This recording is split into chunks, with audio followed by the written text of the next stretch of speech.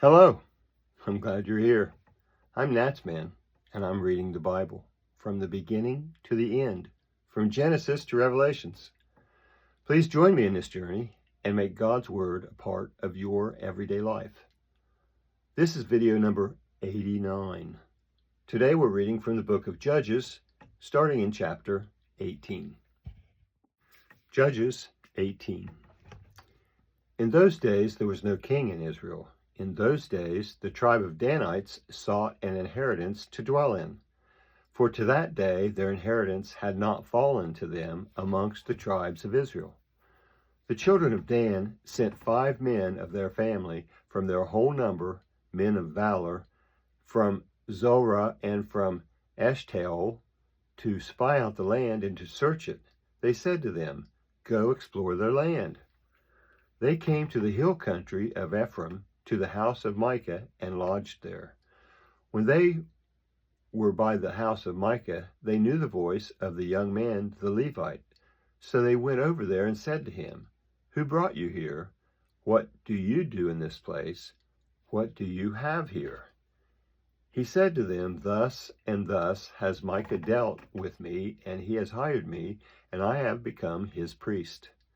They said to him, "Please ask counsel of God, that we may know whether our way which we go shall be prosperous." The priest said to them, "Go in peace. Your way in which you go is before the Lord."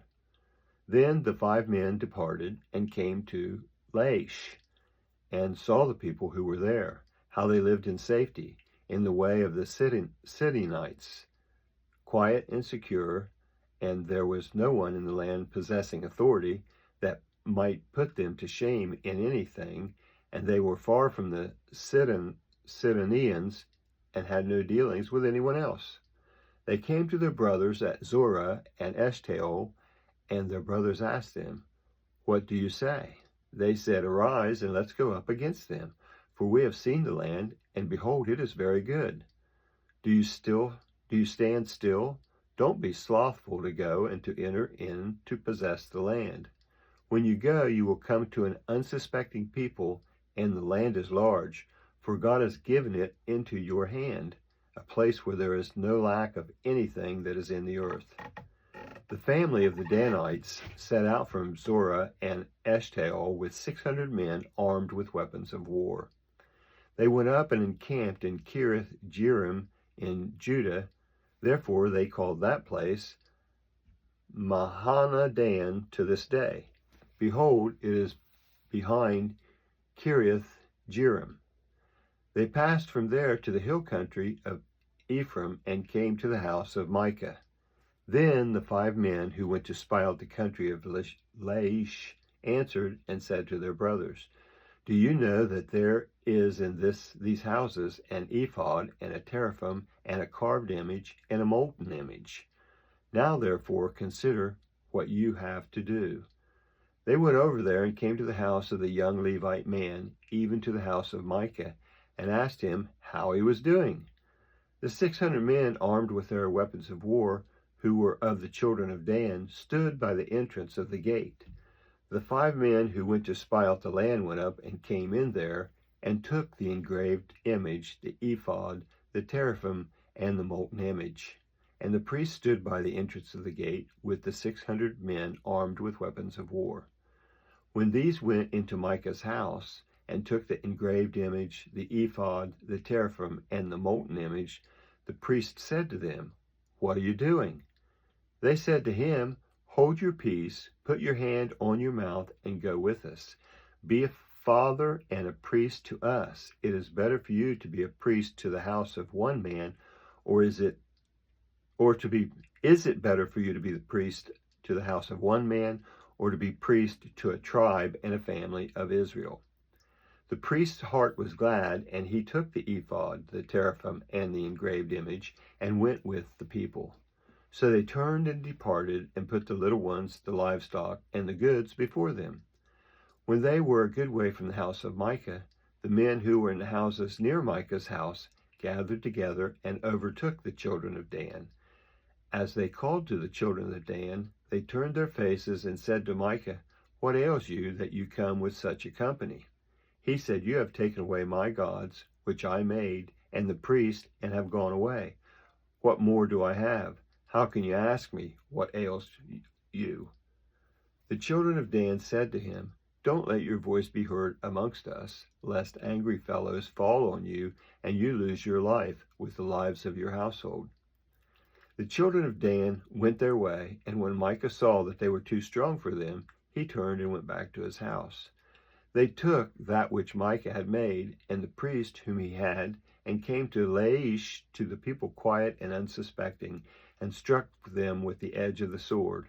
Then they burnt the city with fire. There was no deliverer, because it was far from Sidon, and they had no dealings with anyone else, and it was in the valley that lies by Beth Rehob. They built the city and lived in it. They called the name of the city Dan, after the name of Dan their father, who was born to Israel.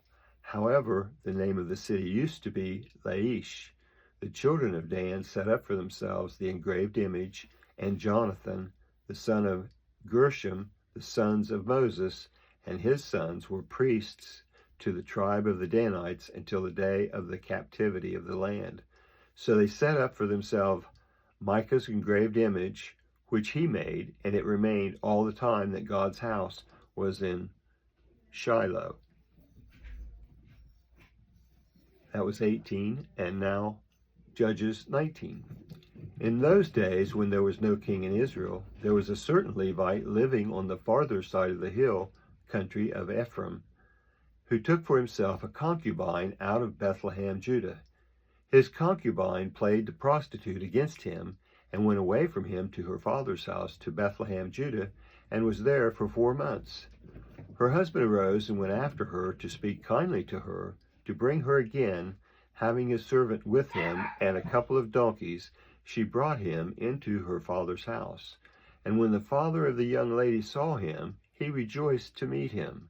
His father-in-law, the young lady's father, kept him there, and he stayed with him 3 days. So they ate and drank and stayed there. On the 4th day they got up early in the morning, and he arose to depart.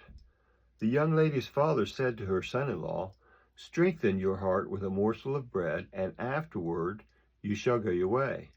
So they sat down, ate, and drank, both of them together. Then the young lady's father said to the man, "Please be pleased to stay all night, and let your heart be merry."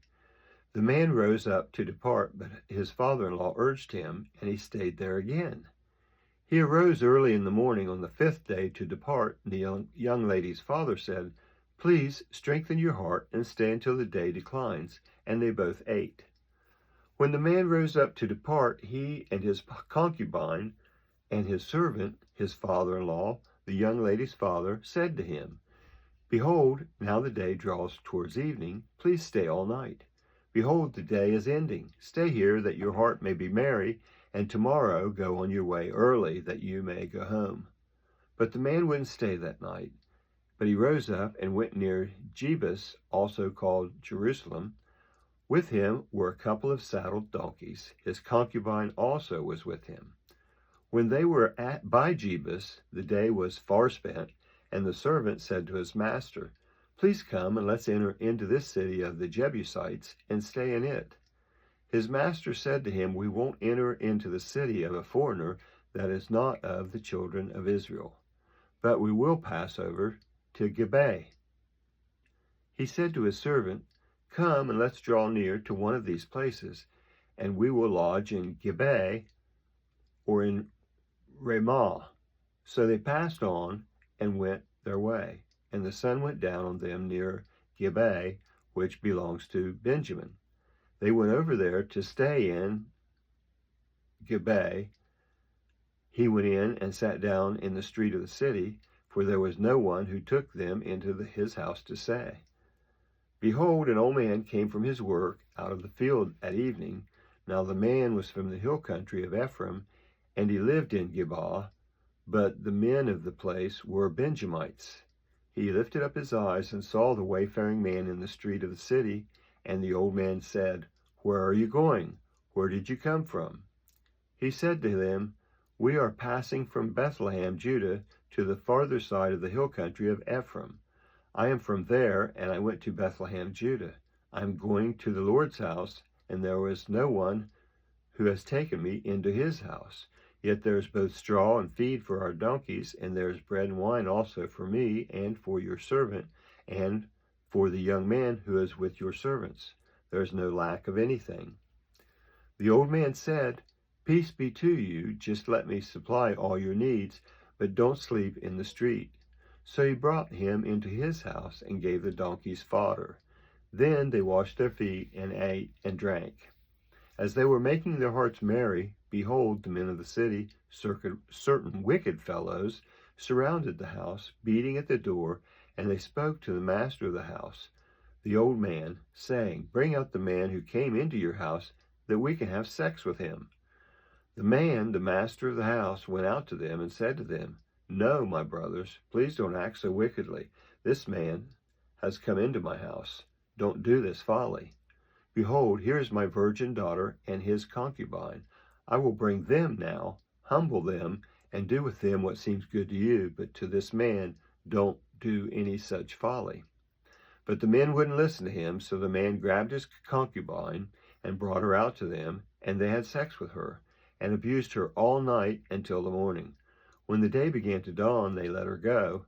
Then the woman came in the dawning of the day, and fell down at the door of the man's house, where her lord was, until it was light. Her lord rose up in the morning and opened the doors of the house and went out to go his way, and behold, the woman, his concubine, had fallen down at the door of the house with her hands on the threshold. He said to her, "Get up, let's get going."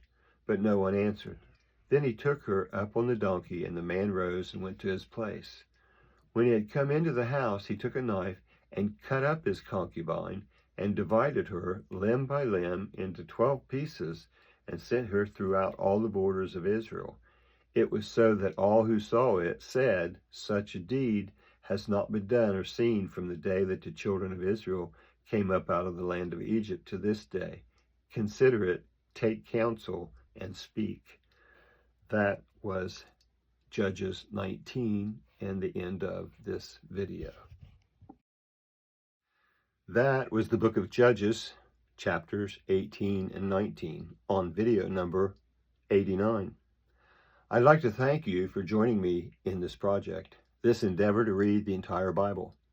I hope you enjoy listening to it as much as I enjoy reading it. Please feel free to comment if you'd like, and also please subscribe and give this a thumbs up if you enjoyed it. If this is your first visit to NatsMan Reads the Bible, I will leave a link in the description to the intro video that explains what we're working to accomplish here. I hope you come back for the next video, and until then, thank you. I hope you have a blessed day. I'm NatsMan, and I'm out.